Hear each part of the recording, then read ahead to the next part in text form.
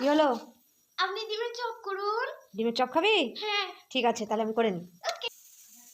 এখন বাজে সন্ধ্যা 6:36 আর এখন সিমরান আমার কাছে ডিমের চপ খেতে চাইলো, তার জন্য আমি ডিমের চপ করতে চললাম। এখানে আমি আলু সিদ্ধ করতে দিয়ে দিয়েছি আর এদিকে আমি দিয়ে দিয়েছি ডিম সিদ্ধ করতে। আলুগুলো সিদ্ধ হয়ে যাওয়ার পর আমি বাদবাকিগুলো মশলাগুলো রেডি করে দিই। এদিকে আমি পেঁয়াজ আর কাঁচা লঙ্কা কেটে রেখে দিয়েছি আর এদিকে আমি মশলা রেডি করে নেবো পানি দিয়ে রাখার জন্য।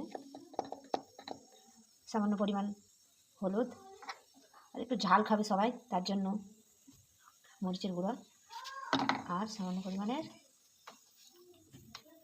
লবণ। আলু আমি সিদ্ধ করতে দিয়েছি লবণ দিয়ে, তাই হালকা করে দিলাম। আর এদিকে সবজি মশলা আর গরম মশলার প্যাকেট থাকলো। তারপর আমি এটা পানি দিয়ে একটু ঘোলা করে নেব। পানি দিয়ে ঘোলা করে নিলাম যেন মশলাটা আমার পুড়ে না যায়, সুন্দর করার জন্য। ডিমগুলো সিদ্ধ হয়ে গেছে, ডিমগুলো ছিল ডিমগুলোকে ছিঁড়ে নিলাম। ব্রেডক্রামও এদিকে তৈরি হয়ে গেছে। আর এবার একটা ডিমকে ফেটে রাখবো।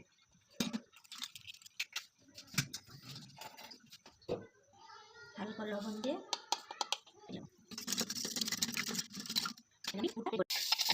কড়াই সামান্য তেল দেবো।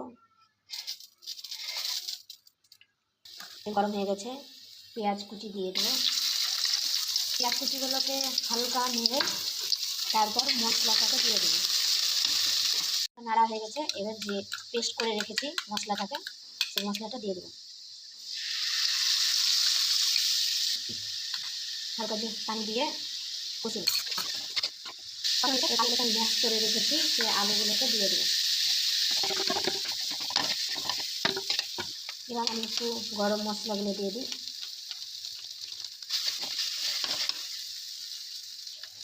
আর হালকা করে সবজি মশলা, সেন্টটা খুব সুন্দর আসবে। সবজি মশলা দিলে সেন্টটা ভালো লাগে খেতে ডিম চপে, তার জন্য আমি এটা দিলাম। আরও স্পাইসি করার জন্য কাঁচা লঙ্কাগুলোকেও দিয়ে দিলাম, এটা ভালো লাগে ফ্লেভারটা।